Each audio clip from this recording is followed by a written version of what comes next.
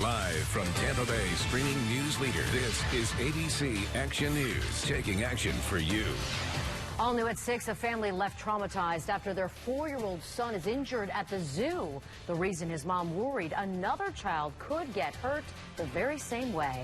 Good evening, everyone. Thanks for joining us. I'm Wendy Ryan. And I'm Jameson Euler. That little boy fell through a grate in a children's play area. Yeah, but when the zoo did not immediately fix that problem, the boy's mom made a call for action to our Jackie Calloway to make sure other children are protected. We love the zoo. We go all the time. Charlie Wallace loves the Manatee Fountain Splash Zone at Zoo Tampa at Lowry Park. The kids said, oh, we want to go in the Manatee Fountain. So it was the last thing we were going to do for the day. Minutes later, Sarah Wallace heard Charlie's screams. My husband ran over and realized that his leg was down in the fountain. Charlie had fallen through a metal grate. The piece of metal that had broken was jammed up into the back of his ankle so that he was completely pinned. It took Sarah's husband and another man pulling on the grate to free Charlie's leg. He's crying and I'm crying, and it was really traumatic. The fall left the 4-year-old bruised and bloody, but luckily with no permanent damage. How bad did that hurt? Really bad. Sarah says Lowry Park Zoo staff were quick to respond and render first aid. Try. The family returned to the zoo in August, 2 weeks after the accident. The grate that had broken was covered up. Sarah says she asked a park employee what repairs were being made to protect other kids. And he said if you had listened to the signs and had shoes on him, he wouldn't have gotten hurt. I said, well, what signs? She sent us pictures of the 2-foot-tall signs partially hidden by bushes that worn shoes are required in the play area. I was really upset that day. I think because I was watching so many children play without shoes on and no one warning them. The Wallace family contacted me and said they did not want what happened to Charlie to happen to another child. So I emailed zoo staff and asked, what were they doing to make this particular play area safer? The zoo told us several steps have been taken already, including keeping the area cordoned off while we await a replacement grate. Additionally, our maintenance team thoroughly inspected the other grates for signs of wear or damage, and no issues were found. Our signage team is currently creating new signage and determining the best placement. That made me feel much, much better. The family plans to go back to the zoo, but this time, Charlie and his sister will wear shoes in the splash zone. Jackie Calloway taking action for you. We're sorting through the key takeaways from the newly released whistleblower complaint about President Donald Trump's phone call with Ukraine's leader. That complaint triggering an impeachment inquiry into the president. The whistleblower claims White House officials attempted to cover up that phone call by removing the electronic transcript from the computer systems where they're normally stored. During hours of testimony today, America's top intelligence official defended the whistleblower and his handling of the complaint. I think the whistleblower did the right thing. I think he followed the law every step of the way. The acting director of national intelligence urged an investigation since the whistleblower is an intelligence official who did not witness any of the allegations in the complaint, but instead heard about it from multiple U.S. government officials. President Donald Trump calling the complaint secondhand information and saying this all amounts to a witch hunt. Tonight, a Pasco County man is in jail accused of killing a baby boy. Investigators say Luis Matos shook the child in a fit of anger. ABC Action News reporter Eric Waxler shows us what deputies say may have triggered Matos. This is a post on Luis Matos' Facebook page. The picture shows him holding a newborn baby with a caption saying, "I'm going to be an amazing dad and protect you with my life." We'll step on out. We're going to go inside. Now, 1 month later, Matos is in jail and that baby boy is dead. There was significant trauma to the child. The Pasco Sheriff's Office says Matos was watching the 45-day-old baby Friday night at his Newport Richie apartment. But when the child used the bathroom and it got on Matos, the father told deputies he grabbed the crying child and shook him violently. Investigators say Matos then went to sleep. He woke up around 4 a.m. to find the baby cold. By then, his wife was home, too. She's the one who called 911. 5 hours had passed since Matos shook the baby. He chose, while the mother is trying to get help for her child, he chose to go do his hair. Experts say many new parents don't understand that crying is a baby's only way to communicate, and they cry for many different reasons.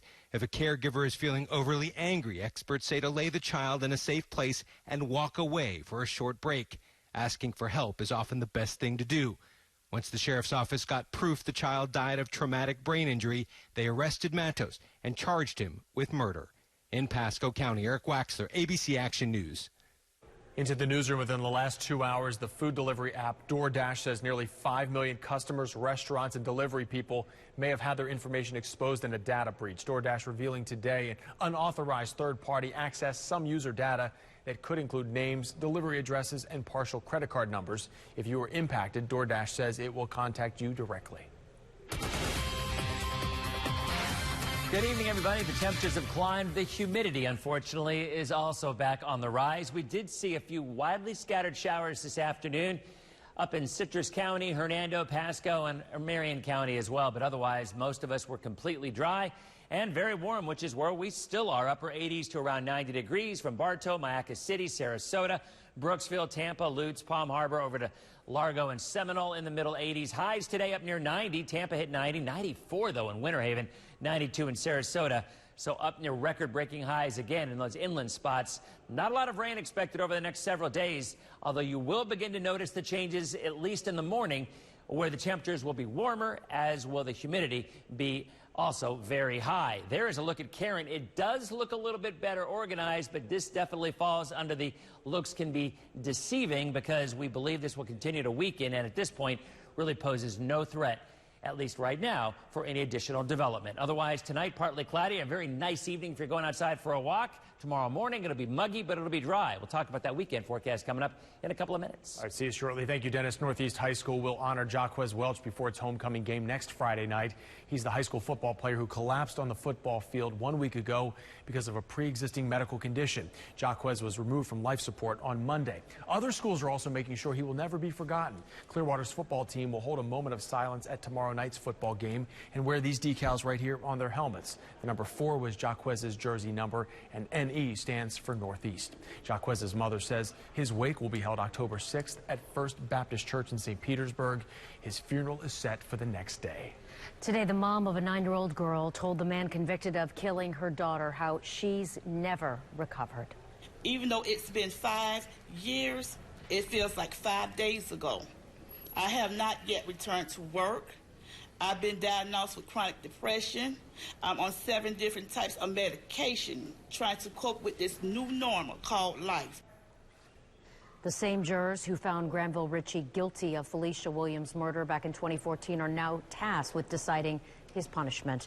Ritchie's lawyers say his brain scans show abnormalities and did not have a serious criminal record before Felicia's murder. The jury must be unanimous to sentence Ritchie to death. Otherwise, he will spend the rest of his life in prison. New tonight, 11 doctors are facing serious charges for distributing opioids and then benefiting from the profit. The U.S. Justice Department says the doctors illegally gave out 17 million pills across 13 states. The lawsuit specifically names 4 doctors in Ohio, Tennessee, and West Virginia. Our ABC Action News I-team recently found this is an ongoing problem here in Florida as well. We went full circle and found pharmaceutical companies promoting opioids and putting tens of thousands of dollars into local doctors' pockets last year. You can see that report and how the state is tackling the opioid crisis on abcactionnews.com/full-circle and on our free streaming apps. All new at 6 now, a Delta Airlines worker is now facing charges for a money heist involving a flight to Florida. Recently, almost $300,000 apparently just vanished from John F. Kennedy Airport as it was being transferred onto a Delta flight to Miami. The FBI just arrested a suspect, a ramp agent who called out sick at the same time that money disappeared. It's still not clear where the money is right now. More help is headed to Florida's Panhandle almost a year after Hurricane Michael. Governor Ron DeSantis announced Mexico Beach is the first to get money from the state's $25 million Hurricane Michael Recovery Grant Program, but there's still a long road to recovery. The tiny town has about $60 million in debris costs. Almost every building there was damaged. Well, after months of planning, the concession stand at Lido Beach will finally get some much-needed upgrades. It will be closed starting on Monday while crews install a new aluminum roof and a new vent hood in the kitchen. This first phase of the pavilion work will be done by December. After that, there will be more upgrades, like a shaded patio. Originally, Sarasota leaders wanted to add a tiki bar and playground, but those plans actually fell through over concerns the pavilion's old Florida feel would be ruined. There will soon be a new place for you to enjoy at Sparkman Wharf. Local restaurateurs plan to open an Italian concept next spring. It's going to be called semolina, after the type of flour used to make pasta. And it will feature made-to-order pasta and fresh baked bread. Well, we tell you all the time about the package thieves, but what about thieves delivering packages? The elaborate scheme that ended with an elderly couple tied up and robbed. Jameson? Plus, paying it forward the way a local teen who survived a deadly childhood disease is now hoping to help save others' lives. Dennis? Yeah, Jameson, beautiful outside. The beach looks great in for another gorgeous sunset, although by the weekend, maybe a little bit better chance of a couple of showers. We could use some rain. We'll talk about that and the tropics coming up.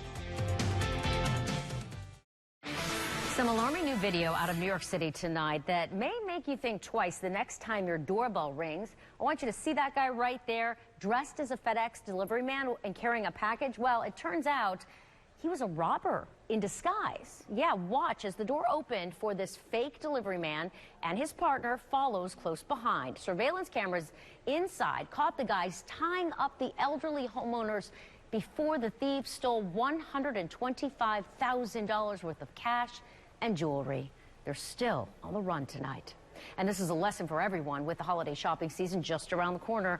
One way to protect yourself, get to know your regular delivery driver and keep an eye out for their truck with the UPS or FedEx logo. Also, ask for ID. A real delivery driver will give you theirs. And don't open the door for someone you are not expecting. Jameson? The Gibsonton mother is facing manslaughter charges tonight, accused of lying about her son's drowning death this summer. Officials say at first Tabitha Long claimed her son Bentley went into Bullfrog Creek on his own during a family gathering. But the Hillsborough County Sheriff says Long actually took the 9-year-old into the creek on her back, but he slipped off. A lab test found marijuana and alcohol in her system. A new report has confirmed some leaders' worst fears in Oldsmar, and it's about the city's well-known BMX racing track. That track closed back in April because of structural damage, but a new study just found those problems date back to 2015. And the track cannot open again until they are fixed.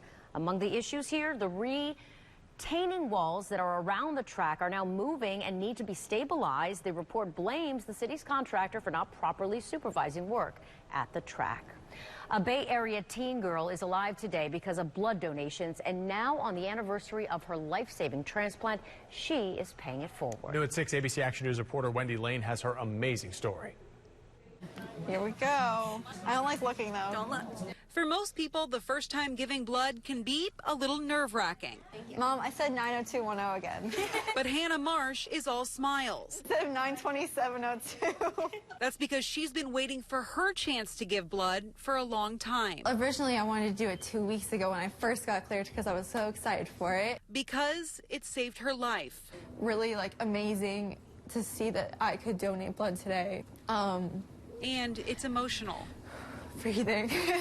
That's because today is the 11th anniversary of her life-saving bone marrow transplant. Pretty grateful at the moment. Yeah, pretty grateful. When Hannah was 5 years old, she was diagnosed with an extremely rare and deadly disease. Hemophagocytic lymphohistiocytosis. Where the body attacks its own blood. Only 1 out of a million kids get this disease. They gave my mom they're like, your daughter has a 2% chance of living. 300 units of donated blood kept Hannah alive until she could get a transplant. I lived off of what I'm giving today. Now, she's paying forward the priceless gift. Doesn't matter who it's going to, it matters that it's going to save their life. Like it did for her.